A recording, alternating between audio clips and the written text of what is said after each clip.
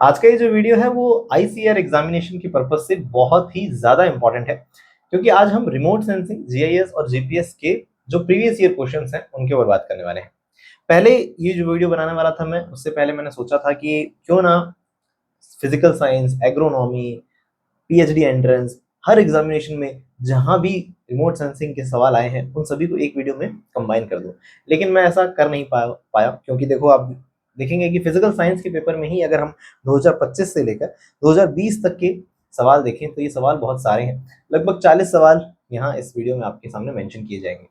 आप इन क्वेश्चंस को पिछले वीडियो की तरह ही पहले ऑब्जर्व करें खुद, और उसके साथ अपना आंसर सोचें और उसके बाद ही आगे बढ़ें। और मैं आपको कहूंगा, प्लीज किसी भी क्वेश्चन का एक्सप्लेनेशन ना अवॉइड करें, क्योंकि पिछले वीडियो में मैंने आपको कहा था कि आप भले आगे टैप टैप करके चले जाएं, लेकिन आज इस वीडियो में कहूंगा कि हर एक जो मैंने एक्सप्लेनेशन रखा है उस एक्सप्लेनेशन के अंदर मैंने कई इंपॉर्टेंट बातें रखी हैं, क्योंकि इस वीडियो के जरिए मैं एक अप्रोच आपके सामने रख रहा हूँ कि अब हमारे पास क्या नजरिया होना चाहिए रिमोट सेंसिंग, जीआईएस और जीपीएस को लेकर। मतलब इस वीडियो से पहले भी मैंने एक वीडियो सीरीज बनाई है जिसके अंदर रिमोट सेंसिंग, जीआईएस, जीपीएस की अच्छे से बात की गई है, डिटेल्ड बात की गई है। लेकिन फिर भी इस रियल वर्ल्ड में क्या चल रहा है, कौन सा सैटेलाइट अभी रिसेंटली लॉन्च हुआ है, क्या बातें वास्तव में रियल वर्ल्ड में चल रही हैं, ये बातें हमारे जहन में होनी चाहिए, क्योंकि इस तरह के सवाल 2025 में अभी पूछे गए थे। तो जो भी मैं आपको क्वेश्चन बता रहा हूँ, आपका जवाब सही भी हो तब भी आप उसकी एक्सप्लेनेशन और डिटेल्स के ऊपर फोकस करें। आपको पता होना चाहिए कि उसके आसपास की बातें क्या हैं और किस तरह से और नया सवाल बन के आपके सामने आ सकता है। राइट? तो हेलो दोस्तों, मेरा नाम दिवाकर खत्री है। चलिए शुरू करते हैं आज के इस वीडियो को। तो जैसा कि आप देख सकते हैं, आज का सबसे पहला सवाल रीड करिए अपने आप और अपना आंसर अपने कॉपी में लिख लीजिए। क्वेश्चन मैं बोल रहा हूं, ISRO latest earth observation satellite is EOS 8। पहली बात तो ये कि ईओएस का क्या मतलब है। ईओएस का मतलब हुआ अर्थ ऑब्जर्वेशन सैटेलाइट। ईओएस का क्या मतलब है दोस्तों? Earth observation satellite 8। अब ये जो सवाल है 2025 में आया था। 2025 में जब बच्चों ने पेपर दिया उस वक्त ईओएस 8 लेटेस्ट था, तो ये स्टेटमेंट उस वक्त के हिसाब से सही है। यानी इसरो का उस वक्त लेटेस्ट अर्थ ऑब्जर्वेशन सैटेलाइट क्या था? ईओएस 8 था। लेकिन आज के वक्त में ऐसा नहीं है। तो आज अगर मुझसे कुछ पूछे कि स्टेटमेंट क्या सही है, तो मैं कहूंगा ये नहीं है। लेकिन उस वक्त के हिसाब से इस आंसर की में इसका आंसर क्या होना चाहिए? First statement is correct. अब देखते हैं स्टेटमेंट सेकंड कहता है कि it has 5 optical bands and will be used for the environmental monitoring. इसके अंदर 5 बैंड हैं और इसका इस्तेमाल किसमें? एनवायरमेंटल मॉनिटरिंग के लिए किया जाएगा। क्या ये बात सही है? तो ये बात पहले भी गलत थी, आज भी गलत है। क्यों? देखो, अब इस तरह के क्वेश्चंस के लिए हम क्या करते हैं, इसरो की ऑफिशियल वेबसाइट जो है वहां से इंफॉर्मेशन देखने की कोशिश करते हैं। यही बात है जो मैं कह रहा हूँ, आपको एक अप्रोच देना चाहता हूँ मैं। जो भी क्वेश्चंस आ रहे हैं वो देखिए कि कहाँ से उठ रहे हैं, किस तरह से उठ रहे हैं, है ना। ये कॉन्सेप्ट समझने की कोशिश करें हम, ये अप्रोच हो हमारे दिमाग में, है ना। तो हम देखते हैं कि ये क्वेश्चन का आंसर समझ गया, first statement is true, second is false. और आज अगर मुझसे कोई पूछे तो मैं कहूंगा दोनों स्टेटमेंट आर रॉन्ग, क्योंकि आज लेटेस्ट ईओएस 8 नहीं है ना। चलो, क्या लेटेस्ट है वही अब देखते हैं। अब देखते हैं, ये वेबसाइट है जो भी मैं आपको नीचे पीडीएफ अवेलेबल करवाता हूँ, आप उसे डाउनलोड करेंगे तो वहां पे आपको ये कंटेंट की पीडीएफ जो है उसमें क्लिक करके इस वेबसाइट पे आप जा सकते हैं, चेक कर सकते हैं कि जो मैं बता रहा हूँ कि वो वास्तव में सही है कि नहीं, है ना। तो क्रॉस वेरीफाई कर सकते हैं। तो जैसा कि आप देख सकते हैं, ईओएस 8 की इसरो की ऑफिशियल वेबसाइट पे डिटेल्स दी गई है। ये डिटेल हो सकता है आपको नजर ना आ रही हो, तो मैं इसको और साफ तरीके से आपके सामने रख देता हूँ। अब ईओएस जो है ISRO's latest earth observation satellite, जो कि 2025 की है ये इंफॉर्मेशन, है ना। तो उसके हिसाब से कहते हैं slate the launched by the small satellite launch vehicle SSLV D3 से इसे लॉन्च किया गया। और काम की बात देखो, the EOIR payload is designed to capture images in mid-wave infrared, long-wave infrared bands, both during the day and night. तो कहने का मतलब ये हुआ, कोई 5 स्पेसिफिक ऐसा बैंड वैंड की कोई बात नहीं बताई गई है, और कह रहे हैं कि ये इसका जो कैप्चरिंग, इमेज कैप्चर का जो रिमोट सेंसिंग की जो इमेजेस हैं वो कैसे बन रही हैं, तो हम देख सकते हैं कहेंगे कि मिड वेव इंफ्रारेड और लॉन्ग वेव इंफ्रारेड रेंज के अंदर देखी जाएगी। तो ऐसा नहीं है कि ये कोई 5 स्पेसिफिक बैंड्स के ऊपर वर्क कर रहा हो, है ना। साथ ही साथ इसके अलग अलग यूजेस भी बता रखे हैं, for application such as the satellite based surveillance, disaster monitoring, है ना। और हमको बताया गया है एनवायरमेंट मॉनिटरिंग, फायर डिटेक्शन, है ना, volcanic activities, industrial and power plant disaster monitoring. तो इसका मतलब ये हुआ कि ईओएस 8 की कुछ जानकारी हम जो है ऑफिशियल वेबसाइट से, इसरो की ऑफिशियल वेबसाइट से देख सकते हैं। अब अब दिमाग में आता है कि भैया लेटेस्ट क्या चल रहा है फिर। अब 2026 में जब पेपर होगा तब अगर कुछ लेटेस्ट पूछा जाएगा तो हम क्या देख सकते हैं कि अभी क्या लॉन्च हुआ है लेटेस्ट, हम कह सकें कि उसके हिसाब से। तो देखो यहाँ पे हम एक तरह से एक पीडीएफ डाउनलोड कर सकते हैं, लिस्ट ऑफ सैटेलाइट लॉन्च, जिसके अंदर सारे सैटेलाइट जो भी लॉन्च हुए हैं अब तक इसरो की तरफ से, तो वो सब एक जगह लिस्ट किए गए हैं। और इस लिस्ट में आप देखेंगे सबसे पहला नंबर पे नाम आता है भास्कर वन का, है ना। भास्कर वन पहला सैटेलाइट था। लेकिन हमको अगर कोई पूछता है कि रिमोट सेंसिंग सैटेलाइट कौन सा था सबसे पहला, है ना, तो हम स्पेसिफिकली नाम लेते हैं IRS-1A का। इसके ऊपर स्पेशल कई बार एग्जामिनेशन में सवाल आया है कि ये कौन से ईयर के अंदर लॉन्च हुआ था। ऑफ कोर्स आपको ये याद होगा 1988, है ना। मैं कई बार कहता हूँ अगर आपको ये याद ना रहो तो ये 8 को 8 जो है ना, इस 8 को आप देखें कि ये सैटेलाइट बनते हुए नजर आते हैं। मेरे को तो ये 8 और 8 दो सैटेलाइट ही दिखते हैं, तो मैं 8 से दिमाग रखता हूँ। पहला वाला काम का सैटेलाइट तो यही है अपने, IRS-1A था, तो मैं इस तरह से इसको याद रख लेता था। खैर आप जैसा याद रख पाए आपकी इच्छा है ना। तो देखते हैं IRS-1A जो था पहला, हम कह सकते हैं कि रिमोट सेंसिंग सैटेलाइट जो कि इंडिया की तरफ से लॉन्च हुआ, है ना। अब देख सकते हैं कि वर्ल्ड में ओवरऑल देखा जाए तो पहला कौन सा था, तो हम कहते हैं स्पुतनिक, है ना, वो आता है, उसका नाम आता है। लेकिन इंडिया के हिसाब से IRS-1A है। अब हम देखते हैं कि ये जो एक पर्टिकुलर लिस्ट है जिसके अंदर कई बार कई एग्जामिनेशंस में तो सीक्वेंस भी पूछ लिया कि बताओ कौन सा सैटेलाइट कब आया, कौन पहले आया कौन बाद में आया, है ना। तो कार्टोसैट बाद में आए, उसके बाद, है ना, उससे पहले कल्पना है। तो ये ऑब्जर्व कर सकते हैं आप, ये लिंक मैंने दिया है, इससे इसे पूरी पीडीएफ को आप आसानी से डाउनलोड कर सकते हैं, सारे आप सैटेलाइट को ऑब्जर्व कर सकते हैं। एकदम लास्ट में जाएंगे तो यहाँ आपको दिखेगा स्पेडेक्स बी 2024 का। इस पीडीएफ में 2024 तक की सैटेलाइट मेंशन किए गए हैं। तो क्या स्पेडेक्स बी ही लेटेस्ट है? ऑफ कोर्स नहीं, और भी है। अब और क्या है, ये यहाँ दिखाई देता है हमें टाइमलाइन पे। ये क्या टाइमलाइन है? इसरो की ऑफिशियल वेबसाइट पे टाइमलाइन दिखाई गई है। ये टाइमलाइन बताती है कि अब तक क्या चल रहा है ना। 2018, 19, 20 हर एक साल के अंदर कौन कौन से सैटेलाइट लॉन्च किए गए हैं उन्हें यहाँ रिप्रेजेंट किया गया है ना। मैं आपको बार बार कह रहा हूँ कि ये लिंक देने का एक कारण यही है कि आप इन्हें नीचे पीडीएफ डाउनलोड करके इनके ऊपर क्लिक करके देखें। आप जाएं इस वेबसाइट पे और कंप्यूटर लैपटॉप पे अपने देखें इन वेबसाइट्स, बड़ी सुंदर वेबसाइट्स हैं ये सभी, है ना। तरह तरह की वेबसाइट्स आप यूज करते होंगे, देखते होंगे, तो कभी थोड़ा इसमें भी अपना टाइम इन्वेस्ट करें, आपको अच्छा लगेगा, है ना। तो हम देखते हैं कि यहाँ 2025 के अंदर कौन से हमें सैटेलाइट दिखाए गए हैं। तो सबसे लेटेस्ट मुझे नजर आता है ये है LVM-3, है ना, CMS मिशन।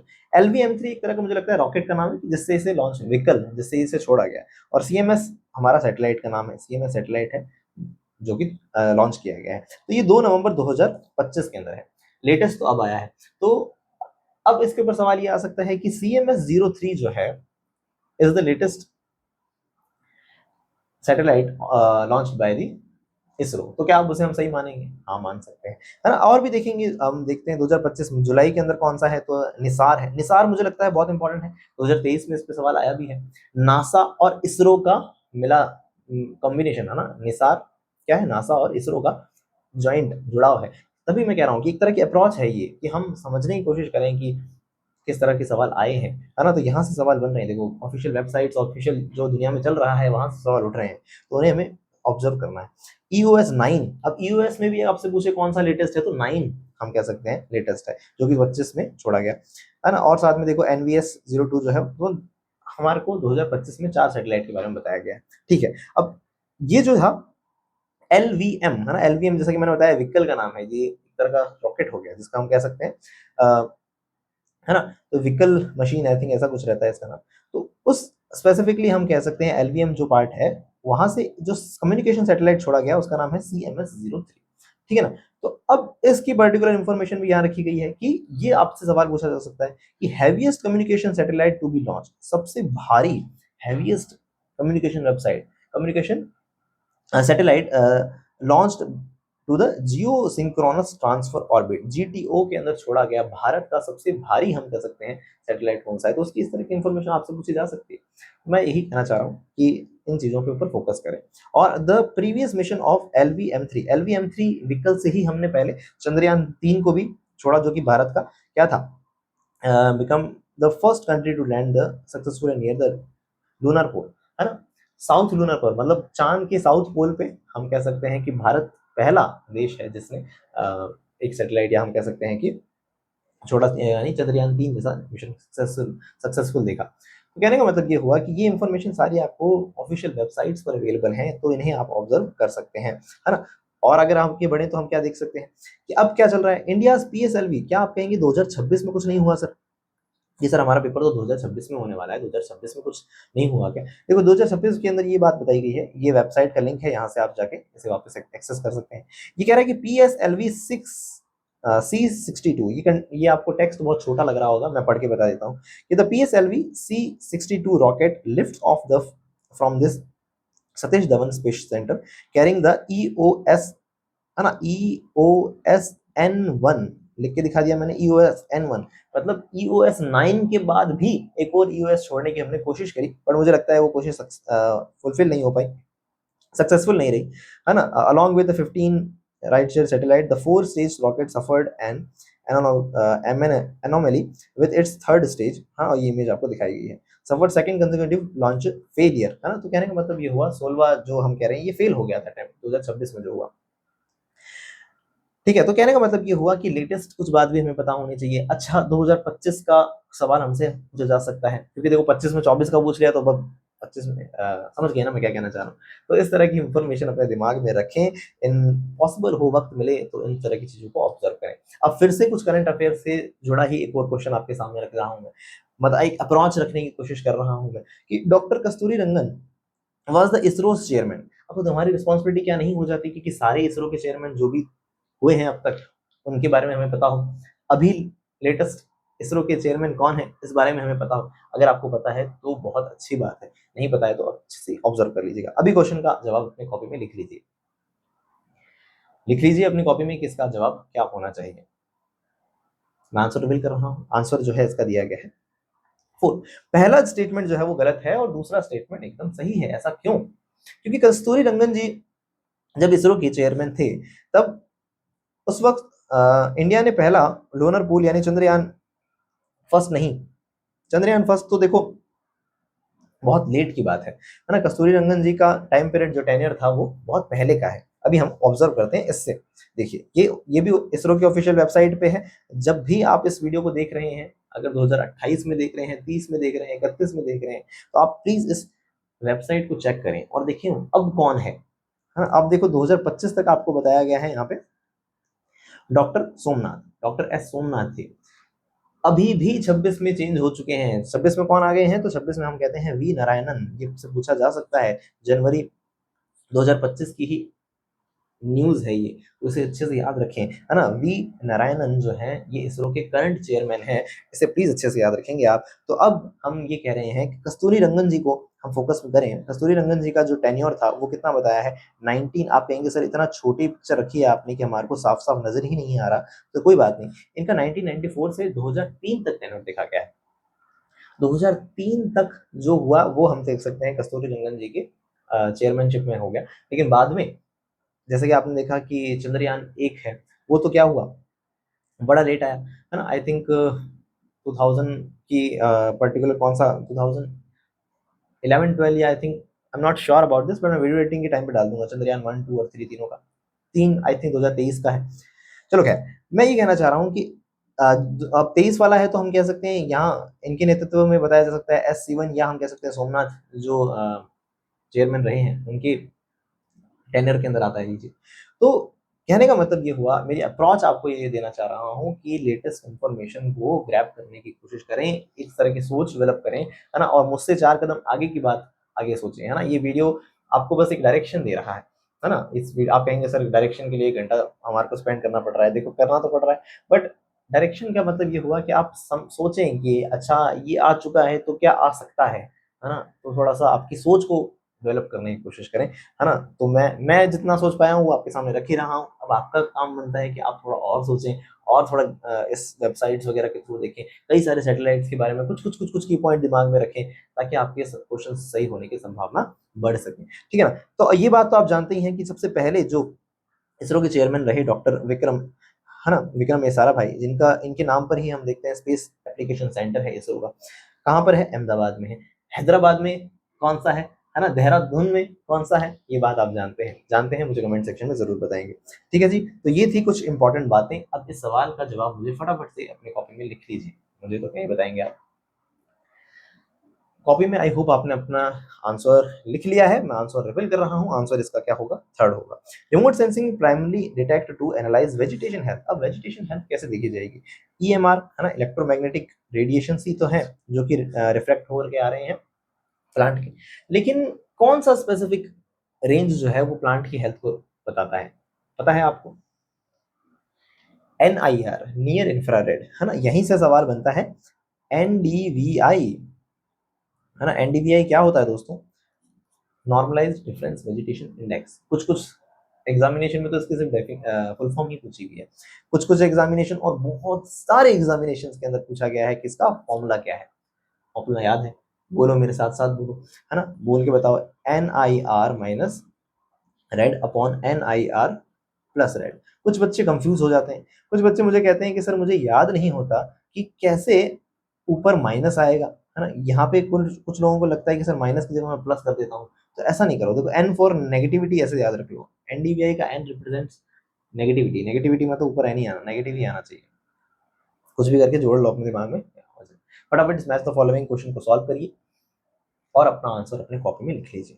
क्वेश्चन आईडी मैं ऐसे होप कर रहा हूँ एक टेबल बन रही है आपकी कॉपी में, जिसके अंदर आपने यहाँ लिख रखा है 18,009 और यहाँ आपने अपना आंसर अब लिख लिया होगा और मैं अपना सही आंसर जो है आपको रिवील करके दिखा रहा हूँ। दिखा दूँ? आंसर जो है वो है फर्स्ट, यानी प्रिसीजन फार्मिंग का संबंध है enabling the precise application of input such as. Precision में सटीक खेती, जहाँ पे जिस फर्टिलाइजर की कमी है उतना हम दे दें, तो ये क्या है? हम कहेंगे प्रिसीजन फार्मिंग है। ट्रैक्टर गाइडेंस, जो ट्रैक्टर से संबंधित हो, मतलब क्या हो गया? असिस्टिंग इन प्रिसाइज नेविगेटिंग एग्रीकल्चर मशीनरी, है ना, ड्यूरिंग द फील्ड ऑपरेशन। ठीक है, ट्रैक्टर गाइडेंस हो गया। क्रॉप मॉनिटरिंग, ऑफ कोर्स क्या होगा? Providing accurate location and data for real time monitoring of the crop and health. चौथा, यील्ड मैपिंग, ऑफ कोर्स जो यील्ड से रिलेटेड होगी, यानी इसका मतलब हो गया mapping and recording various crop rate. I hope इसका जवाब आपका एकदम सही होगा, इसमें कोई दो राय नहीं है। इसका भी आंसर फटाफट से अपनी कॉपी में लिख लीजिए। अब आई होप लिख लिया होगा आपने आंसर, है ना। हर क्वेश्चन में मुझे आप पॉज करते हैं, अपने आप एनालिसिस करते हैं, अपना क्वेश्चन अपनी ईमानदारी से अपनी कॉपी में आंसर लिखते हैं और फिर आगे बढ़ते हैं, क्योंकि ऐसा करोगे तभी एग्जाम में कुछ अच्छा कर पाओगे दोस्त।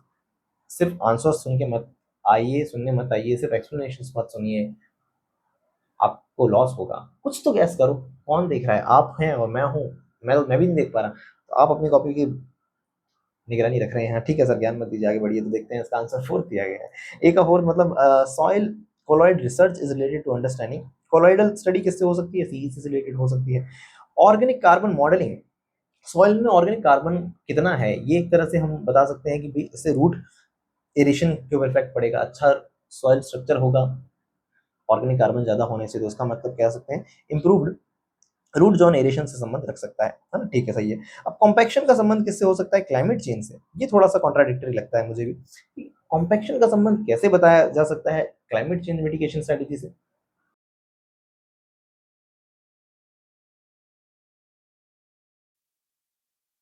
तो आप क्या समझे इस तरह के पेपर से? ठीक है, अप्रोच डेवलप करा। कुछ सैटेलाइट का अगर आपके सामने नाम आता है तो उसके बारे में जानिए, उसके बारे में कुछ बेसिक बातें जानने की कोशिश करें कि अगर मैंने इनसेट का नाम लिया तो आपको क्या पता है इनसेट क्या होता है? इनसेट एक जियो स्टेशनरी सैटेलाइट है ना। और हम कह सकते हैं कि जियो स्टेशनरी सैटेलाइट क्या होते हैं, जानता है आपका दिमाग? क्या जानता है कि उसे कितनी ऊंचाई पे छोड़ा जाता है? क्या यूज है जियो स्टेशनरी सैटेलाइट के? इस तरह की बेसिक अगर अप्रोच अगर रखते हैं ना चीजों को पकड़ पकड़ के, है ना, सेंस वही है, जितना ज्यादा पढ़ने की कोशिश करोगे उतना बेहतर हो पाएंगे आप। चलो 2024 की शुरुआत करते हैं। बताओ इसका आंसर क्या है? देखो, आप कहेंगे कि सर वीडियो ऑलरेडी और बहुत लंबा हो चुका है, आप 24 से 20 तक जाएंगे, कारण क्या है? 2020 का सवाल 2024 में एज इट इज आया है, सेम टू सेम शब्द कह रहा है, इसलिए मैं 2020 तक जा रहा हूँ। 2020 से तो पुराने पेपर पेपर है नहीं, इसलिए मैं और होते तो मैं शायद और पीछे जाता। लेकिन इसका कारण क्या है? क्वेश्चन सीधे छप के आ जाते हैं, और जो सीधे छप के आए तो सवाल कभी हमारे गलत ही होने नहीं चाहिए। तो बताओ इसका आंसर क्या था? है ना, देखो रडार की फुल फॉर्म रख रखी है मैंने, radio detection and arranging. Radio detection and arranging जिसे आप कह देते हैं। बताओ इसका आंसर क्या है ना। अब रिमोट सेंसिंग को हम इस तरह से क्लासिफाई करते हैं, मैंने ये अपने वीडियो सीरीज में रखा था कि अलग टाइप्स होते हैं। सोर्सेस के बिहाफ पे बच्चा अच्छा जानता है, एक्टिव है, पैसिव रिमोट सेंसिंग होती है, वैसे उम्मीद करता हूँ। ईएमआर के बिहाफ पे हम कहते हैं कि ये विजिबल, रिफ्रैक्टिव, इंफ्रारेड हो सकती है। थर्मल इंफ्रारेड हो सकती है, माइक्रोवेव रिमोट सेंसिंग हो सकती है। माइक्रोवेव रिमोट सेंसिंग की क्या खास बात है कि ये बादलों से विचलित नहीं होती, क्लाउड्स का इसका इफेक्ट नहीं होता, बहुत लॉन्ग रेंज के अंदर ये वर्क कर पाता है, ये बहुत इंपॉर्टेंट है माइक्रोवेव रिमोट सेंसिंग। साथ ही ग्राउंड बेस्ड ऊपर गए एयरबोर्न, उससे ऊपर गए सैटेलाइट बेस्ड रिमोट सेंसर, और साथ में स्पेक्ट्रल बहुत ही इंपॉर्टेंट। क्या जानते हैं आप मल्टी स्पेक्ट्रल और हाइपर स्पेक्ट्रल रिमोट सेंसिंग क्या होती है? नहीं जानते तो इस वीडियो के अंत तक बने रहना, मैं सब कुछ चीजें आज ही इस वीडियो में मेंशन करूंगा। बेशक ये वीडियो बहुत लंबा है, आप देख सकते हैं, लेकिन अगर ये वीडियो पूरा देख लोगे तो आई एम रियली श्योर आपको एक बेटर कॉन्फिडेंस मिलेगा रिमोट सेंसिंग जेईस और जीपीएस का। अगर आपको पता है अच्छी बात है, नहीं पता है तो ऑब्जर्व कर। इसका आंसर थर्ड दिया गया है ना, थर्मल इमेजिंग का संबंध किससे हो सकता है? आप थर्मल देखते ही पहले तो मुझे लगता है कि स्टूडेंट ने ये किया होगा, ये टेम्परेचर एक का तो फोर्थ से ढूंढा होगा, अब एक का फोर्थ एक भी ऑप्शन में नहीं दिया होता, तो बड़ा दुख होता है ना। क्या थर्मल इमेजिंग का हिसाब है? Monitoring crop water stress and irrigation management. Indirect है, मतलब थर्मल इमेज टेम्परेचर को तो देखेगी, लेकिन इनडायरेक्टली वाटर स्ट्रेस को भी देख पाती और साथ में इरिगेशन मैनेजमेंट में भी काम में ली जा सकती। तो फर्स्ट हो वी का थर्ड रडार, जैसा कि आपको बताया रडार का फुल फॉर्म मैंने भी यहाँ आपके सामने रखा है ना, रेडियो डिटेक्शन एंड रेंजिंग। ये याद रखिए दोस्तों, काम की चीजें है। रडार, लिडार है ना, लाइट वाला डिटेक्शन एंड रेंजिंग, लिडार जिसे अपन कहते हैं, ये सारे क्या है? एक्टिव सेंसर्स के अंदर आते हैं। चलो खैर आगे मैं आगे बताऊंगा आपको, इसी वीडियो में बताऊंगा इसके बारे में। चलो खैर इसका आंसर बताइए। हो गया रडार के बारे में इंफॉर्मेशन क्या होगी? ये mapping and soil moisture and terrain elevation से जुड़ा है। एनडीवीआई बच्चा बच्चा जानता है, एनडीवीआई की वैल्यू कहां से कहां तक होती है पता है क्या? -1 प्लस। पता थी तो अच्छी बात, नहीं लिखी पता थी तो कॉपी में लिखो, अभी के अभी बहुत जरूरी है। ठीक है, अब मल्टीस्पेक्ट्रल इमेजिंग, अच्छा इसका संबंध किससे हो गया? क्रॉप टाइप क्रॉप हेल्थ से हो गया। और मल्टीस्पेक्ट्रल इमेजिंग का संबंध किससे हो जाएगा भैया? Detection temperature variation of the crop से हो सकता है। ठीक है, तो ये सब बातें थे। अब multispectral remote sensing, hyper spectral remote sensing जिसे हम कह रहे हैं, इसमें देखो कितना कंटिन्यूअस बैंड है, सारे कलर कंटिन्यूएशन में, लेकिन यहाँ डिस्टिंक्ट मतलब एकदम सटीक अलग अलग कलर दिखाई जा सकते हैं। तो इसमें बैंड्स कितने होते हैं ये पूछा जाता है एग्जाम में। How many number of bands are there? क्या मालूम है आपको? बात मालूम है क्या? कहते हैं 2 से 10 बैंड्स काम में लेते हैं यहाँ पे, जबकि यहाँ 200 से 300, 200 से भी ज्यादा बैंड्स होते हैं हाइपर स्पेक्ट्रम में। इस बात को याद रखिएगा। अरे ये इन्फॉर्मेशन मैंने आपके सामने रख दी है, मैंने 2 से 10 बोल दिया, गलत था। आप 3 से 10 याद रखो, फिर राइटर प्लस में आई थिंक ये लाइन, तो इसलिए 3 से 10 याद रखो। IRS series of India, Landsat हो गया है ना, यूएसए का स्पॉट हो गया, सेटेलाइट फॉर फ्रांस, वेल ये सारे मल्टी स्पेक्ट्रल हैं, ज्यादातर जो थे मल्टी स्पेक्ट्रल थे, और बैंड्स इसमें कम थे। हाइपर स्पेक्ट्रल कौन से थे? जिसमें 200 से भी ज्यादा, ये सवाल मैंने देखा है दोस्तों, एग्जाम में आया हुआ है। हाइपर स्पेक्ट्रल के अंदर नंबर ऑफ बैंड्स कितने होते हैं, ये सवाल पूछा जा चुका है, तो कृपया करके अपने दिमाग में इस बात को अच्छे से बिठा लें, है ना। और बाद में बता रखा है the number narrow bands of hyper spectral sensors a continuous spectrum बनता है। हाँ ठीक है बताया। अच्छा हाइपर स्पेक्ट्रल की एग्जांपल्स क्या होते हैं? हाइपरियन ऐसा करके कुछ एग्जांपल्स हैं, सर्च करिए गूगल पे, कुछ एग्जांपल दिमाग में रखना हाइपर स्पेक्ट्रम रिमोट सेंसिंग। ठीक है, अब बताओ मुझे इसका आंसर क्या होगा? फटाफट मुझे पॉज करो, फटाफट इसका आंसर कॉपी में लिखो। लिख लिया होगा ऐसे उम्मीद करते हैं हम आपसे। आंसर इसका होगा सेकंड, मतलब कह रहा है एक third harvest planning is related to, अरे ये तो आई थिंक रिपीट नहीं हो गया नहीं। सॉइल सैंपलिंग का संबंध सॉइल सैंपलिंग से ही होगा। क्रॉप मॉनिटरिंग का संबंध हम कह सकते हैं किससे? क्रॉप मॉनिटरिंग यानी field boundary and topic line accurately, और पेस्ट मैनेजमेंट का संबंध पेस्ट मैनेजमेंट से ही होगा। तो इसमें ज्यादा कुछ फंसने वाली बात है नहीं। आई होप कि आपका जवाब बिल्कुल सही ही होगा। आगे हम देखते हैं, ये देखिए ये क्वेश्चन लिखा वेरी इंपॉर्टेंट है, इसलिए कह सकते हैं क्योंकि 2020 के अंदर ये सवाल एज इट इज आया हुआ है, ये रिपीट हुआ है 2024 के अंदर। देखो ये याद रखना है, इसलिए मैं सारे पीवाईक्यूज पे हमेशा हर बच्चे को कहता हूँ कि भाई कुछ नहीं किया, कम से कम पीवाईक्यू तो करके ही जाना, क्योंकि पीवाईक्यू अगर आया हुआ और गलत हो गया ना तो भाई साहब बहुत बुरा आपको होगा कि यार तो सवाल आया हुआ था मैं वही गलत कर आया, तो जो नए आए थे उनमें तो मैं कहीं करके आया हूँ, है ना। तो ऐसा करके नहीं करना अपने को। बताओ क्या होगा इसका आंसर? बताओ क्या होगा इसका आंसर? जो है इसका फर्स्ट दिया है ए बी है सर, मतलब इसका ये हुआ IRS जो है उसका इस्तेमाल हम वेदर फोरकास्टिंग में नहीं करते, और साथ में टेलीकम्युनिकेशन सैटेलाइट के रूप में भी नहीं करते थे, है ना। कब आया था याद है? 1988 मार्च में, वो पर्टिकुलर डेट है चलो, IRS 1A 1988 के बारे में यहाँ पे आपके सामने इंफॉर्मेशन रखी है। ये इंफॉर्मेशन मैंने क्यों रखी है, ताकि आपको कुछ और नाम भी काम में जाए। कौन से नाम, जैसे कि आप कहेंगे land and water resource observation satellite जाएंगे, उसके अंदर IRS का नाम आता है ना। रिसोर्स सेट जिन्हें कहते हैं, रिसोर्स सेट 1, रिसोर्स सेट 2, है ना। और जैसे कि आप देख सकते हैं HIS, है ना। HIS क्या है, हाइपर स्पेक्ट्रल रिमोट सेंसिंग हो गया। और ओशियन और एटमॉस्फेरिक ऑब्जर्वेशन में ओशियन सेट आएंगे, मेघा मेघा परसों मेघा उठी वाले का, है ना। और साथ में सरल, ये जो है ये दोनों वेबसाइट, सॉरी सैटेलाइट बोलता हूँ, वेबसाइट में मांग मारा है दोनों। ये जो दोनों सैटेलाइट्स हैं ये किससे संबंधित हैं, इसे याद रखिए। कार्टोसेट का मतलब क्या होता है, कुछ लोग कार्टोसेट बोलते रहते हैं। कार्टोसेट मतलब है कार्टोग्राफिक सैटेलाइट की जो सीरीज रही, यानी जो हम कह सकते हैं technology experiment satellite Cartosat 1, 2 and इस तरह से चले। और माइक्रोवेव रिमोट सेंसिंग वाले कौन से हैं, रीसेट है। रीसेट जरूर याद रखें, रडार इसका नाम आया है प्रीवियस ईयर क्वेश्चंस में, इसलिए कह रहा हूं इसका नाम याद रखें, रडार इमेजिंग सैटेलाइट। जी जानबूझ के इंफॉर्मेशन जो भी मैंने रखी है, निसार का नाम मैंने अभी आपको सामने लिया था, बहुत ही ज्यादा जरूरी है। 2023 में उसके ऊपर सवाल आया है, तो फिर करने से अच्छे से देखिए। तो ये इंफॉर्मेशन जो भी मैं रख रहा हूँ प्लीज इसे ऑब्जर्व करके। ये देखो IRS 1A की इसरो की ऑफिशियल वेबसाइट से इंफॉर्मेशन निकाल के रखी है। पॉज करके कोशिश करें पढ़ने की, नहीं पढ़ पा रहे तो मैं आपको थोड़ा सा साफ साफ बातें दिखा देता हूँ। काम की बात क्या है, काम की बात ये है IRS 1A the first series of indigenous state of odd remote sensing satellite was successfully launched in the polar sun synchronous orbit। काम की बात कहाँ लॉन्च हुआ, सन सिंक्रोनस ऑर्बिट के अंदर। कब हुआ, 17 मार्च के अंदर 1988 के अंदर हुआ, 1988 के अंदर। ठीक है, कहाँ से, तो हम कह सकते हैं बाइकोनोर, आई थिंक ये कजाकिस्तान में, तो वहां से हुआ था ये लॉन्च। अब काम की बात ये भी है, इसमें 2 कैमरा लगे हुए थे, कौन से, LISS-1 एंड LISS-2। क्या होता है LISS, linear imaging self censor, linear imaging self, ये कह सकते हैं सेल्फ। ये स्वाथ विड्थ जो है इसकी, स्वाथ विड्थ पता है क्या होती है,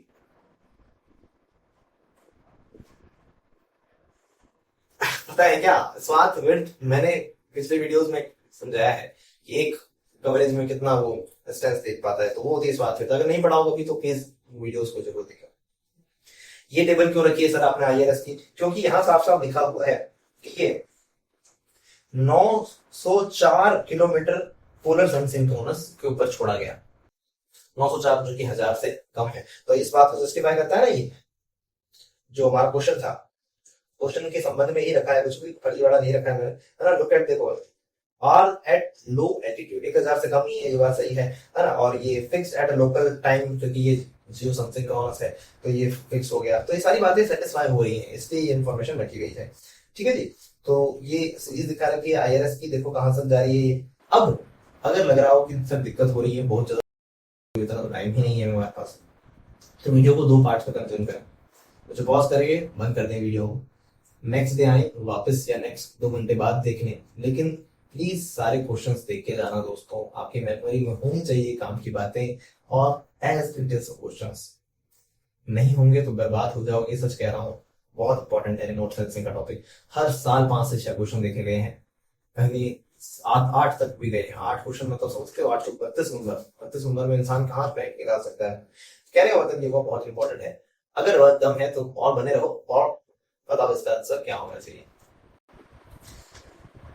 मैं आंसर रिवील कर रहा हूं, आंसर है इसका 4th, यानी सबसे नई बात, अर्लीस्ट टू मोस्ट रिसेंट, सबसे पुरानी बात होगी इंडियन नेशनल सैटेलाइट, जो आप इनसेट कह रहे थे ना सर, इनसेट जो आप कह रहे थे सर, ये जियो स्टेशनरी सैटेलाइट है। जियो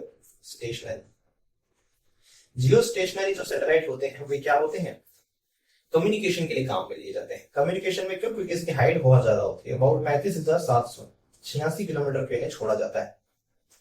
तो कहने का मतलब ये बहुत इक्वेटर पे ये इस लगातार घूमते हैं। इसके बारे में कुछ देर में और बात करेंगे। तो इनसेट 1A जो 1982 में, मैंने 82 बताया था आपको, सही था मतलब।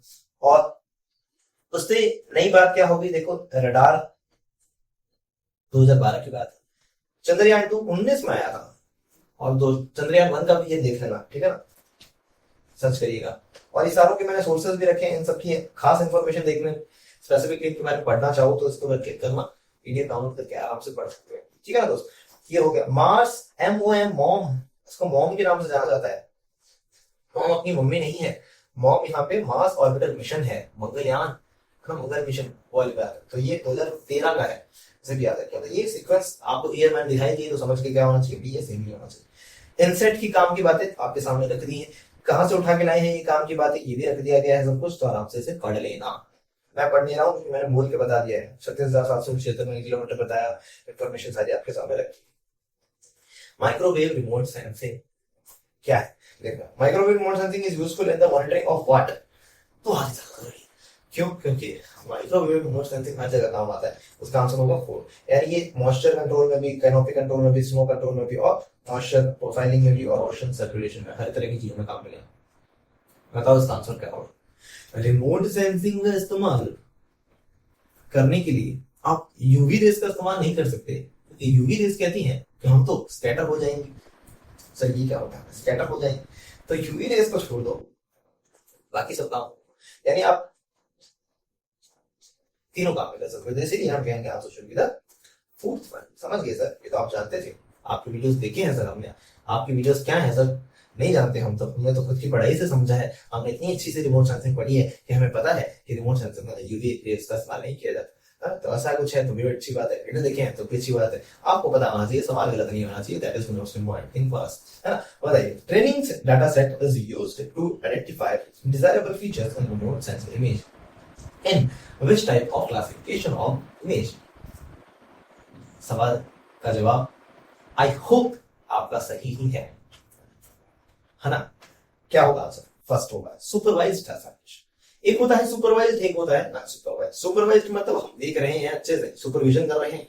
अनसुपरवाइज्ड मतलब सॉफ्टवेयर अपने आप देखेगा, वो है अनसुपरवाइज्ड क्लासिफिकेशन, है ना। सुपरवाइज्ड के अंदर अच्छे से आंकलन किया जाता है।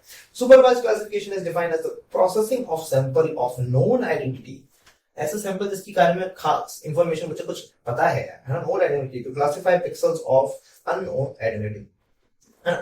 ताकि जो अब इसके लिए क्या होता है, ग्राउंड पॉइंट्स पे इंफॉर्मेशन लेनी पड़ती है, ये बातें यहाँ से आती है। तो इस तरह की जो ग्राउंड इंफॉर्मेशन लेके आते हैं, आई थिंक उन्हीं को हम ट्रेनिंग साइट्स कहते हैं। The user can select pixels, values और spectral signatures in an image that are representative of specific classes, then direct the images processing software to use these training sets as reference for the classification of other pixels on image. In SC, in supervised classification, the spectral features of some area are known land cover types। हम उस area जो land जमीन के हमें पता है ना। मैं एक एक्सपर्ट हूँ और मुझे पता है कि जमीन पे क्या चीज कैसी है, तो वो मैं ट्रेनिंग साइट्स को, ट्रेनिंग एरियाज के रूप में इंफॉर्मेशन लेके आया हूँ। अब मैं कंप्यूटर में बैठूंगा तो शायद मैं बेहतर एनालिसिस कर पाऊँ या बेहतर मैप के ऊपर से होकर देख पाऊँ, तो मुझे इंफॉर्मेशन पता है किसकी। इस तरह का क्लासिफिकेशन सुपरवाइज्ड क्लासिफिकेशन है। इसमें आपको जो बंदा है जो एनालिसिस कर रहा है उसमें मुझे लगता है इंफॉर्मेशन ऑलरेडी कर रहा है। लेकिन अगर हम कहें अनसुपरवाइज्ड क्लासिफिकेशन हो तो वो कंप्लीटली सॉफ्टवेयर बेस्ड है। इंफॉर्मेशन ऑफ ग्राउंड ट्रुथ, हाँ इसे बोलते हैं ग्राउंड ट्रुथ। जो मैं बात कर रहा हूँ ना, जमीन की इंफॉर्मेशन बताऊंगा, ये ग्राउंड ट्रुथ होता है। ये आ सकता है एग्जामिनेशन में, बहुत इंपॉर्टेंट है, याद रखिएगा, ठीक है। तो आइडेंटिफिकेशन ऑफ ट्रेनिंग साइट्स को आइडेंटिफाई करना, आइडेंटिफाइंग द अनग्रुप्ड पिक्सल, फिर algorithm classification, analysis of classification, ठीक है। अनसुपरवाइज्ड क्लासिफिकेशन क्या होगा, कंप्यूटर बेस्ड है और सॉफ्टवेयर बेस्ड है, ये इंपॉर्टेंट बात, ठीक है। आप बाकी से पढ़ लीजिएगा, तो इसका डिफरेंशिएशन पढ़ लीजिएगा, मुझे पॉज करके पढ़ लीजिएगा। बताओ इसका आंसर क्या होना चाहिए, बताओ बताओ। 2023 में आए हैं अभी तो हम, है ना। अभी तो 2023 की शिफ्ट दूसरी बाकी है, फिर 22 में जाना है, फिर 21 में जाना है, अरे 20 में भी जाना है, बहुत लंबा हो जाएगा कार्यक्रम। बताइए क्या होगा। आंसर बता रहा हूँ, answer should be the third one. तीनों ही बातें सही है। जीआईएस का ऑब्जेक्टिव है भैया सब कुछ है। जीआईएस क्या कर सकता है, मैक्सिमाइज कर सकता है efficiency, planning and efficient medium. कहाँ क्या करवाना है, जीआईएस एक डाटा सेट है।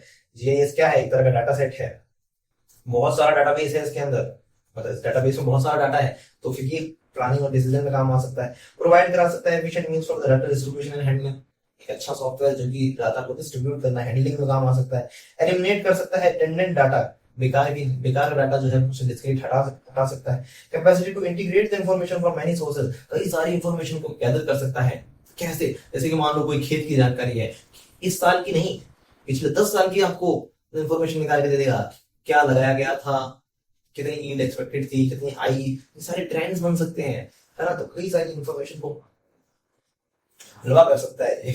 चलो रेस्टर डाटा, और मैं आपसे पूछूं वेक्टर डाटा क्या होते हैं, तो क्या आप जानते हैं? बिल्कुल आप जानते हैं, क्या आपने पढ़ाई की है। अगर नहीं जानते हैं तो कोई बात नहीं, आप समझ लेंगे, अभी हम थोड़ी देर में जाएंगे, लेकिन जान जरूर है। इस वीडियो के बाद आपको पता होना चाहिए वेक्टर डाटा और रेस्टर डाटा क्या। बताओ उसका आंसर क्या।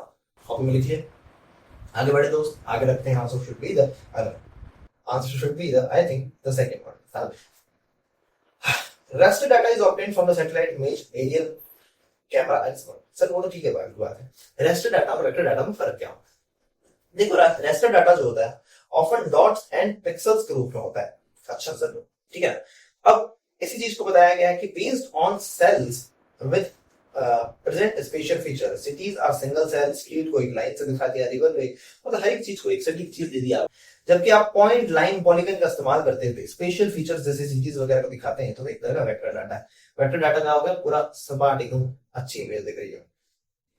Vector data is simply the X Y coordinate, generally the latitude and longitude. The vector data represent, ये लाइन एग्जाम में आ चुकी है ऑलरेडी 2023 और 2026 के एग्जाम में भी वापस आ सकती है, तो उसे ध्यान रखना, ठीक है ना। मैं उम्मीद करता हूँ पॉइंट्स, लाइन एंड पॉलीगन्स का मतलब समझते हैं। पॉइंट, लाइंस, लाइंस और पॉलीगन्स और शेप्स मिलकर एक पूरा वेक्टर डाटा बना सकते हैं। Raster data also known as the grid, है ना, ग्रिड डाटा। ग्रिड डाटा कहते हो कि छोटे-छोटे ग्रिड्स बन रहे हैं, ये तो होता है ग्रिड।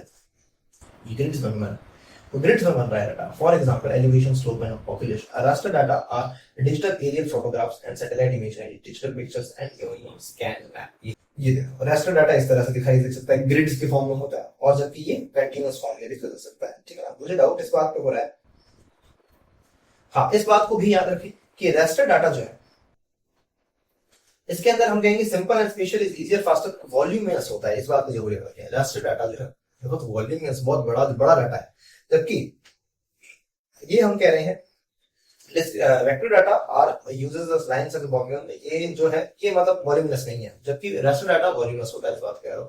अब देखो, discrete object are formed by connecting the lines and area। अब यहाँ मैं बस ये कहना चाह रहा था, वेक्टर इमेज बन रही है ऐसे कंटीन्यूअस कलर्स के रूप में है, लेकिन इसमें लाइन देखो क्या है, डिस्क्रीट ऑब्जेक्ट्स आर फॉर्म। हर एक ऑब्जेक्ट एक साफ अंतर दिखाता है उस चीज को, उसके लिए बोला है डिस्क्रीट, मतलब साफ अलग फर्क दिखाई देगा, तो डिस्क्रीट ऑब्जेक्ट रखा है ना। डिस्क्रीट वर्ड दिखते ही मत ठोक देना, रास्टर मत ठोक देना, ये कहना चाहता हूं मैं। तो ये है बातें। आई होप ये बातें आपको पता है, तो ठीक है, नहीं पता है तो मुझे हर एक स्लाइड पॉज करके ये चीज अच्छे से पढ़ लेना दोस्तों, ये बहुत इंपॉर्टेंट है। क्योंकि वन शॉट वीडियोस और ये पीवाईक्यू वाले वीडियोस में हम कॉन्सेप्ट्स को पकड़ पकड़ के पूरा सब खाने बैठे ना, तो ये वीडियो खत्म ही नहीं होगा, इतना रखा है नहीं। चलो प्लीज मुझे पॉज करके इस बात समझ लें। आपको नहीं पता है ये चीजें, तो प्लीज उन वीडियोस को देखिए जहां हमने इन चीजों को अच्छे से डिस्कस किया है, तो वहां वक्त दिया है हमने एक एक किस्म का, है ना। इस तरह की बातों को जरूर दिमाग रखें। ये देखो, रास्टर डाटा क्या है, मेड अप ऑफ पिक्सल, ये आ सकता है, पूरा पूरा आ सकता है एग्जाम में, ठीक है ना। प्लीज याद रखना, कंटीन्यूअस डाटा है, और यहाँ इसको डिस्क्रीट वर्ड यूज किया है। ये लार्जर फाइल्स हैं, यानी वॉल्यूमिनस होती हैं, ये स्मॉलर फाइल्स होगी, है। तो इस तरह की ये एलिवेशन एंड स्लोप को दिखाता है, ये पॉइंट्स, लाइन एंड पॉलीगन को दिखाता है, ये एग्जाम में आ चुका है, ठीक है। इस बात पे आप, तो इसका आंसर क्या होना चाहिए? इसका आंसर, जैसे कि आई थिंक मेरे पास जो क्वेश्चन पेपर है उसके अंदर आंसर इसका थर्ड दिया हुआ है, लेकिन मुझे लगता है इसका आंसर क्या होना चाहिए? सेकंड होना चाहिए। जियो रेफरेंसिंग का मतलब क्या है? जियो रेफरेंसिंग का मतलब क्या हुआ कि जमीन की जो वास्तव में सच्चाई है उसको आप क्या कर रहे हैं, मैप के ऊपर दिखा रहे हैं। मैप जो आप गूगल मैप वगैरह है या कोई भी मैप आप जो बना रहे हैं, उस पे रियल इंफॉर्मेशन जो है कैसे आप शो करें, इस तरह की प्रोसेस को जियो रेफरेंसिंग कहते हैं। जियो को रेफर करवाइए आप, georeferencing allows you to view, query and analysis of raster data. Georeferencing से आप रास्टर डाटा को एनालिसिस कर सकते हो, ये बात सही है, लेकिन क्या ये बात इसको एक्सप्लेन कर रही है कि raster data is obtained from this, raster data इससे मिलता है? अच्छा, और हम कह रहे हैं कि जियो रेफरेंसिंग जो है रास्टर डाटा के एनालिसिस में काम आती है, तो होने वाली बातें हुई ना, वो जियो रेफरेंसिंग की काम की बात बता रहा है, वो बता रहा है कि रास्टर डाटा मिलता कहां से। मुझे लगता है इसका आंसर सेकंड होना चाहिए, बट इसका आंसर थर्ड दिया है ऑफिशियल आंसर के, I don't know why. Geo referencing in QGIS एक सॉफ्टवेयर है, QGIS। अच्छा, आप पक तो नहीं रहे हो, फटफट ज्यादा तो नहीं जा रहेगा कंटेंट, मुझे ऐसा फील हो रहा है कि ये बहुत ज्यादा लेंदी हो गया है वीडियो, है ना, तो इसे कंज्यूम कर पाना थोड़ा मुश्किल है, बट अगर कर जाओगे तो मजा दोगे आप, पसंद नहीं करता। तो चलो, ये हो गया जियो रेफरेंसिंग QGIS के अंदर। हम देखते हैं स्टेप्स हैं, ये स्टेप्स आपके एग्जाम में आ चुके हैं और इस बार फिर से आ सकते हैं।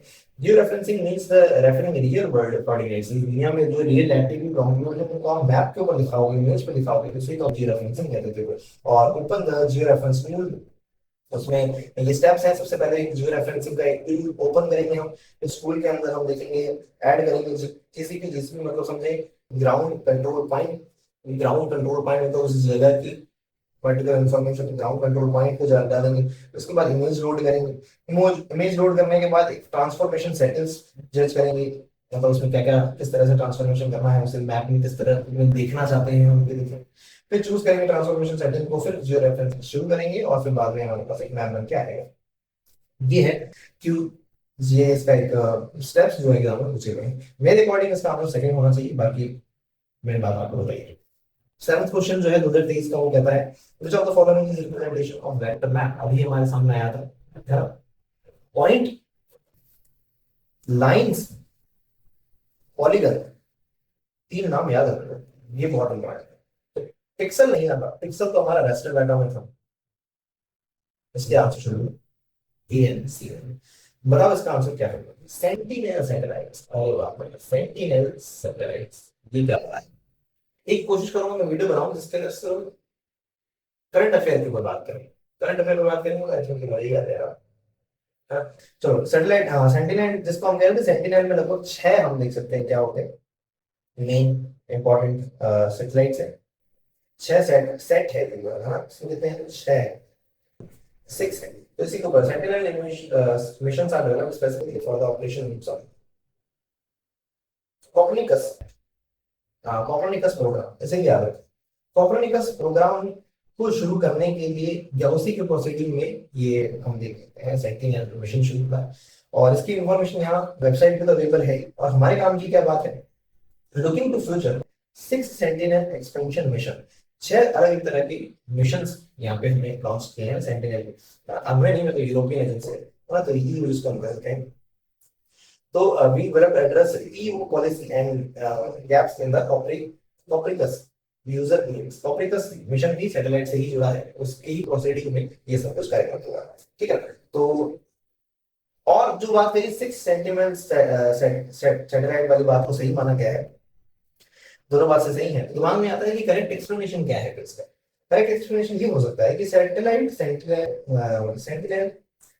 Mission is one of the European agency, ठीक है। तो missions are next generation earth observation mission developed for Copernicus to provide operational data for environmental monitoring। एक और Copernicus है ना, जो Copernicus है उसी के प्रोसीडिंग में ऑपरेशनल डाटा अवेलेबल कराएगा एनवायरमेंटल मॉनिटरिंग में, ठीक है। क्या बातें थोड़ी सी भारी हो रही हैं या थोड़ा और सहन कर सकते हो? थोड़ा और सहन कर सकते हो क्या? नहीं कर सकते तो प्लीज इस वीडियो को बंद कर दें और जितना है हमारे पास अभी इन्फॉर्मेशन उससे ग्रैब कर लें, है ना। वीडियोस व्यूज का वो नहीं है मुझे, मेरे 4 लोग ही देखे हैं, लेकिन उन 4 लोगों को ये बात दिमाग में बैठ जानी चाहिए कि क्या बोल रहे हैं, क्योंकि ये क्या एग्जाम में आ सकता है, ठीक है। और ऑफ कोर्स सिर्फ सॉइल फिजिकल साइंस का उठा रहे हैं, उसमें इतनी सारी रामायण आ गई तो सोचो अगर हम इकोनॉमी पीएचडी सारे पेपर सॉल्व कर रहे हैं, कितना बड़ा ज्ञान है, कितना बड़ा विज्ञान है। और मैं कहता हूँ सब कुछ कवर करने के बाद भी आपको एक दिन फील होगा कि आपके पास एक आंखों बर्गर नॉलेज है ना, आंखों मतलब बहुत कम बारी। चलो चलो इसका आंसर बताओ क्या होगा। नॉर्मलाइज्ड डिफरेंस वेजिटेशन इंडेक्स जिसके पे बात करें एनडीवीआई का संबंध किससे है? आप ज्यादा बात नहीं करेंगे एनडीवीआई की, आप समझते ही हैं इसका आंसर क्या होगा। Near infrared and red formula याद है, रेंज याद है, क्यों काम में लेते हैं याद है, आगे बताओ। सीक्वेंस आई क्या क्यू जीआईएस का जो मैंने आपको अभी फ्लो चार्ट दिखाया था उसके रिगार्डिंग आंसर बताओ क्या होगा। कॉपी में लिख लिया? कॉपी में लिख लिया? कॉपी में लिख लिया? लिख लिया, दिखा रहा हूँ आंसर, आप तो इधर दिखाएंगे। अभी एक बार वापस से रेफर कर लो अगर नहीं समझ आया हो तो। आंसर इधर सीबीडीए। सीबीडीए में तो सबसे पहले ओपन करो मैप को दैट यू वांट टू जो रेफर, है ना, जो मैप आप देखना चाह रहे हैं उसको एक ऐप में, अपनी ऐप में देखो। फिर इमेज में ओपन करो इमेज को, फिर बाद में सेलेक्ट करो ट्रांसफॉर्मेशन, नहीं पहले, हाँ ठीक है। उसके बाद फाइंड करना पड़ेगा ग्राउंड कंट्रोल पॉइंट को, उसके बाद ट्रांसफॉर्मेशन देखा जाएगा, हाँ उसके बाद हमारे इमेज बनाएंगे। चलो ये हो गया।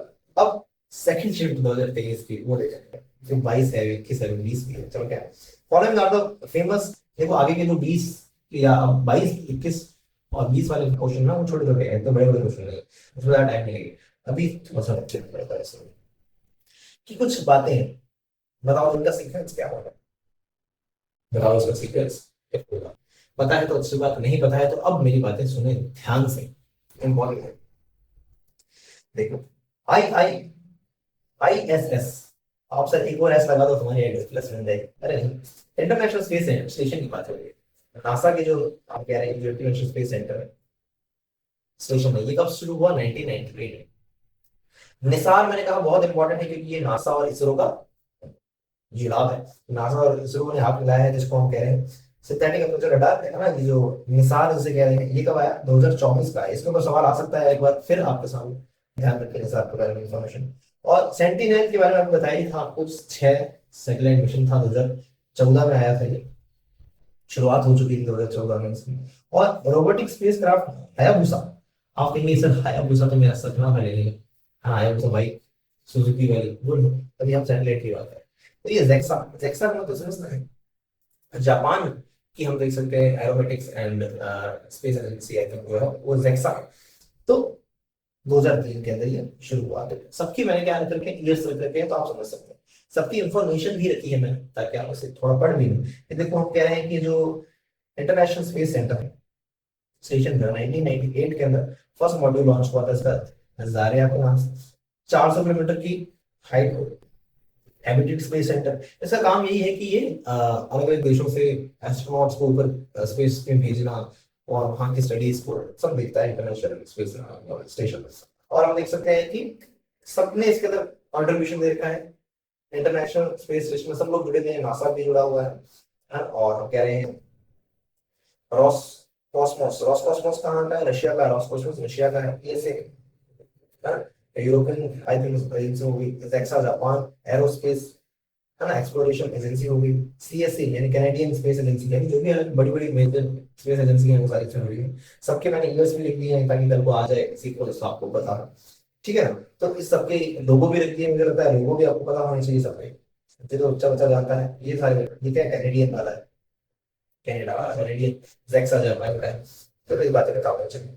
अब यहीं से संबंधित बात जो मैं इंपॉर्टेंट लगती है मुझे वो ये है कि कैप्टन सुभांशु शुक्ल, कैप्टन सुभांशु शुक्ला जो है, कैप्टन सुभांशु शुक्ला जो है,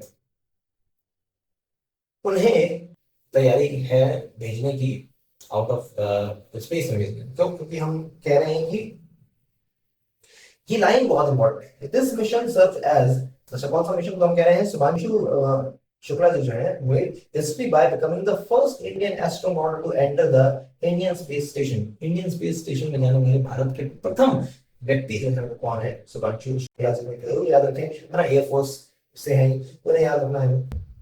international as a part of Axiom mission 4, Axiom mission 4 के तहत भेजा गया। और इस मिशन का हम देख सकते हैं sir as a crucial preparation for India's upcoming Gaganyaan programme. Gaganyaan programme मैं बोल रहा था, इंपॉर्टेंट है 2026 के लिए। तो भारत का पहला, हम कह सकते हैं कंट्रीज फर्स्ट इंडिपेंडेंट, भारत का पहला आत्मनिर्भर, है ना, independent human space flight mission, human space flight, human जो स्पेस में जा सके, है ना, फ्लाइट स्पेस फ्लाइट मिशन जो है भारत का पहला स्पेस फ्लाइट मिशन गंगायान है। और गंगायान की शुरुआत हो चुकी है। खाली मैंने पहले तो क्या हुआ है देखो यहाँ पे अनक्रूड, आपके सामने लाइन है, ये है गंगायान का तस्वीर भी दिखा दी है मैंने आपके सामने, है ना। First crude flight is now plan for 2027, लेकिन गंगायान अनक्रूड मतलब जिसमें लोग नहीं बैठे, एस्ट्रोनॉट्स नहीं बैठे, अनक्रूड जो टेस्ट हो चुका है 2026 में, 2027 में भेजे जाएंगे भारत के 4 एस्ट्रोनॉट्स। और वो 4 एस्ट्रोनॉट्स के भी नाम जरूर याद रखना कि प्रशांत बालाकृष्ण नैयर है, अजीत कृष्णा है, अंगद प्रताप है, और शुभांशु शुक्ला का नाम से मैंने आपको बताया। शुभांशु शुक्ला ISS में जाने वाले भारत के पहले व्यक्ति हैं। 20 जरूर याद रखिए, ये आपके एग्जाम में आ सकता है, गंगायान आपके एग्जाम में आ सकता है। प्लीज इन बातों को अपने दिमाग में रखिए, ठीक है। कोशिश करेंगे एक सेपरेट वीडियो बनाएं जिसके अंदर सारे करंट अफेयर ही देख लें हम 2025 के स्पेस से रिलेटेड, आपको इन्फॉर्मेशन वैसे याद रहे। हायाबुसा के बारे में बताया, हायाबुसा क्या था? हायाबुसा आपको देखेंगे जापान की एजेंसी से निकली सैटेलाइट की सीरीज है ये, हाँ। तो ये लॉन्च 2003 सक्सेसफुली रिटर्न। इसका काम ये था कि आई थिंक मुझे याद आ रहा है हायाबुसा का काम ये था कि जो एस्ट्रॉइड्स होते हैं, एस्ट्रॉइड की इंफॉर्मेशन लेके आया है। एस्ट्रॉइड इटोकावा, हाँ, micro return microscopic grains from the asteroid this in the earth user thus demonstrating key technology for future deep space exploration। First spacecraft to bring back material from near earth asteroid, पहला ऐसा धरती का satellite जो spacecraft जो पहले गया asteroid से information लेके आया, एस्ट्रॉइड की इंफॉर्मेशन दे रहा है। तो हायाबुसा के बारे में ये इंफॉर्मेशन है, जापान की से क्या करती है। निसार जॉइंट है, बहुत जरूरी लगता है मुझे निसार पता होना चाहिए, नासा और इसरो का जॉइंट कोलैबोरेशन। प्लीज इसके अंदर याद रखें दो तरह के बैंड्स हैं, L band and S band. L band और एस बैंड का मतलब क्या हुआ, ये माइक्रोवेव से रिलेटेड बैंड्स हैं, तो दोनों तरह की फ्रीक्वेंसीज में काम में ली गई है। सिंथेटिक एपर्चर रडार, हाँ, तो इस तरह से इसे याद रखें, इसका यूज याद रखें। ऑफिशियल वेबसाइट को और ज्यादा पढ़ना चाहोगे पढ़ सकते हैं, ठीक है दोस्त। तो ये थी बातें। अब बताओ इसका आंसर क्या होना चाहिए। अब सिर्फ क्वेश्चन दिखा देते हैं और आंसर लगते हैं। अब मुझे लगता नहीं आपको ज्यादा इन्फॉर्मेशन की जरूरत है, मुझे पॉज करके अपना आंसर कैसे है मैं आंसर नहीं कर रहा हूँ। सारी बात सही है, ये इंफॉर्मेशन का काम हम सॉइल के रेफरेंस में हर चीज में कर सकते हैं। 2022 के छोटे छोटे छोटे सवाल देख लेते हैं। पहला, which of the following is an active sensor. Active sensors कौन से हैं। लेजर, लेजर के अंदर जैसे कि मैंने बताया था लिडार, है ना, लिडार वाली बात भी यहाँ से ये आंसर आ जाएगी। तो हम कहेंगे लिडार है, सोनार है, रडार है, ये तीनों ही किसके अंदर आते हैं, एक्टिव सेंसर्स में आते हैं।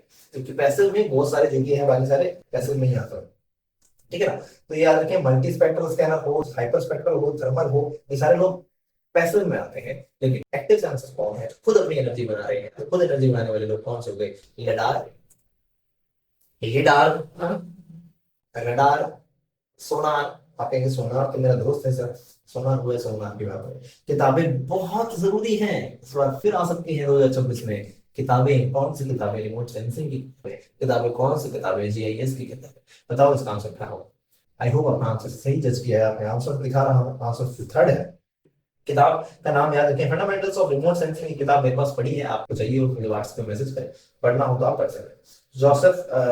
जॉर्ज जोसेफ और जगन्नाथन की है ये किताब। और साथ में मिचेल एन बीमर की जो किताब है, इन्हें भी याद रखें, ये भी है fundamentals of geographic information system. कुछ लोगों को ये फुल फॉर्म नहीं पता होगी, कुछ लोग ज्योग्राफिकल इंफॉर्मेशन सिस्टम बोलते हैं, ज्योग्राफिकल नहीं है दोस्तों, ये ज्योग्राफिक है, याद रखें ज्योग्राफिक है, ज्योग्राफिक इंफॉर्मेशन सिस्टम होता है इसका हिस्सा है ना। जीपीएस का फुल फॉर्म पूछा गया है कि जीआईएस का पूछा जा सकता है, इसलिए क्या पता होना चाहिए। इंट्रोडक्शन टू मेट्रोलॉजी बताइए हमारे को, एचएस हमारी किताब है, ये किताब भी हमारे पास होती है, आपके पास भी होगी, इसमें उम्मीद करता हूँ।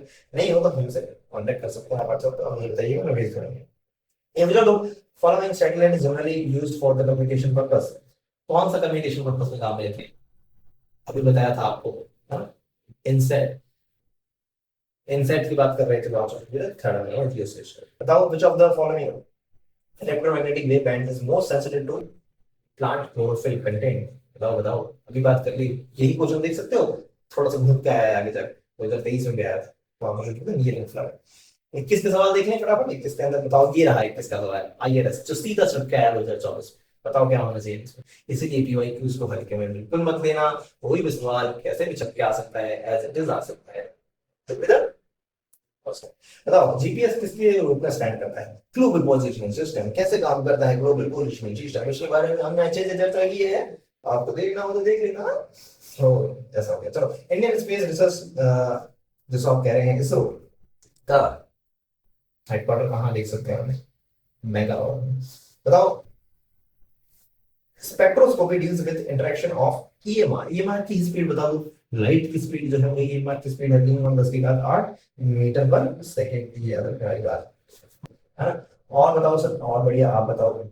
अरे सर टॉपिक के बारे में और बताओ। अच्छा तो ये बताओ 2020 का सवाल 2020 के अंदर पहला है satellite completes revolution in orbit 2 times. एक ऑर्बिट पूरा करने में कितना डिग्री हो गया होगा, 360 डिग्री। आप कह रहे हैं 2 बार कर लेता है तो गुणा 2 कर दो, कितना हो गया 720 डिग्री। बताओ sir which software is used for the spatial data analysis. Data analysis के लिए तो हमारा जीओएस है ना मेरे भाई, फर्स्ट हो जाना चाहिए। Spatial resolution, remote sensing video series का तीसरा वीडियो है, उसके अंदर इसके बारे में साफ साफ बात की है। स्पेक्ट्रल रेजोल्यूशन का संबंध होगा जगह से, स्पेक्ट्रम से। स्पेक्ट्रम किसमें होता है, नैनोमीटर्स में नाम है, तो स्पेक्ट्रम का संबंध हो गया नैनोमीटर से। स्पेशियल मतलब जगह, जमीन पे जो जगह है वो मीटर में नापी जाती है, तो मीटर सिस्टम में हो गया। रेडियो फ्रीक्वेंसी बिट्स में नापी जाती है, जितने बिट्स होंगे क्लियर में, है ना। टेम्पोरल का हमें टाइम से होगा, टाइम से होगा तो डेज में होगा। तो आंसर भी थर्ड वन। आप कहेंगे सर हमने टाइम, आपने टाइम तो दिया ही नहीं आंसर करने का। हाँ, हर क्वेश्चन दिखता ही अपने आप सॉल्व, मुझे पॉज करके करना है आपको, हाँ। तो ये पार्ट थर्ड के अंदर मैंने दिखाया था। बताओ इसका आंसर क्या होगा। ट्रांसफॉर्म्ड वेजिटेशन इंडेक्स क्या है? पता है तो ठीक, नहीं पता है तो रट लेना, अच्छे से याद कर लेना कि भैया एनडीवीआई जो होता है ना, उसके अंदर आधा कुछ जोड़ दूंगा और आधा जोड़ने के बाद उस पर स्क्वायर रूट लगा दूंगा, बन जाएगा ये एनडीवीआई। आधा जोड़ दूंगा और उसमें एनडीवीआई जोड़ के रूट लगा दूंगा, तो ये बन जाएगा हमारा टीबीआई। याद रखना दोस्त। और भी कुछ है एग्जाम्पल फॉर्मूले।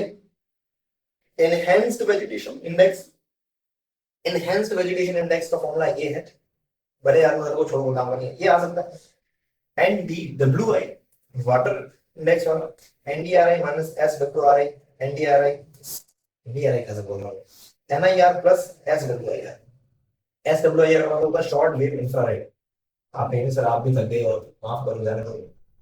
हाँ ठीक है, लग रहा है दिमाग बहुत ला रही है। चलो, modified soil adjusted vegetation index जिसे हम कह सकते हैं, ये फुल फॉर्म आ सकती है एमएसएबी। हाँ एमएसएबी, ठीक है। मॉडिफाइड सॉइल एडजस्टेड इंडेक्स, इसके अंदर भी एनडीआरआई कोई काम करेगा, एनआरआई कोई काम को बताया गया। चलो, अब बताओ spectral bands used in the greenness vegetation. Greenness vegetation पर कौन सा बैंड काम में लेते हैं? तो देखो, रेड, ब्लू, ग्रीन, एनआईआर, एमआईआर, क्या लगता है क्या होना चाहिए इसका आंसर? बिल कर रहे हैं आप। Answer should be the A B C D और एमआईआर मिड रेंज काम में, मिड इंफ्रारेड को काम में लेते, बाकी सारे ग्रीननेस वेजिटेशन। रडार जो है वो किस पे काम करता है बताओ, कौन से ईएमआर बैंड पे काम करता है? रडार जो है रेडियो है, चलो माइक्रोवेव में आएगा। रडार किस में आएगा? माइक्रोवेव में आएगा। इंफ्रारेड थर्मोमीटर, थर्मोमीटर में ऊपर कौन सा सिद्धांत का लागू होगा? टेम्परेचर से संबंधित, टेम्परेचर संबंधित सर दो लॉ लॉ पढ़े हैं हमने, वीन्स लॉ भी पढ़ा है हमने, स्टीफन्स बोल्ट्जमैन लॉ भी पढ़ा है हमने। तो answer should be the Stefan's Boltzmann. Stefan क्या था? ई की, E is directly proportional to T की घात 4। बहुत ज्यादा जरूरी है, इसके ऊपर सवाल आ सकता है। ई एनर्जी होती है, E1 upon E2 equals to T1 की घात 4 बटा T2 की घात 4। इस तरह के एक क्वेश्चन न्यूमेरिकल बन के आ सकता है यार। बोल्ट्जमैन वाला लॉ ये था और वीन्स लॉ ये था कि lambda is inversely proportional to the temperature.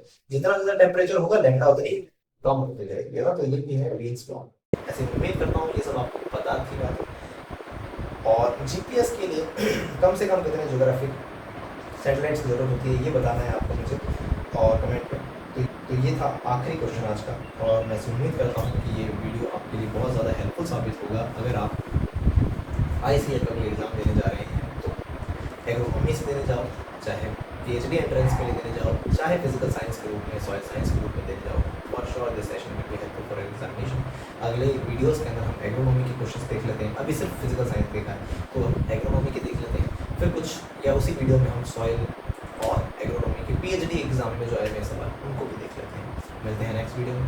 कोई भी दिमाग में आ रही हो बात, वीडियो लेंथ से रिलेटेड कोई इशू हो, कोई भी बात आपके दिमाग में हो, मुझे कमेंट सेक्शन में ज़रूर बताएं। आपके व्यूज़ सुनकर मुझे बहुत अच्छा लगता है, चाहे फिर वो आपका व्यू नेगेटिव हो, चाहे फिर आपका positive. It will be good help for this channel. Comment करोगे तो this channel will grow more. Okay, तो मिलते हैं नेक्स्ट वीडियो में, तब तक के बाय बाय, टेक केयर।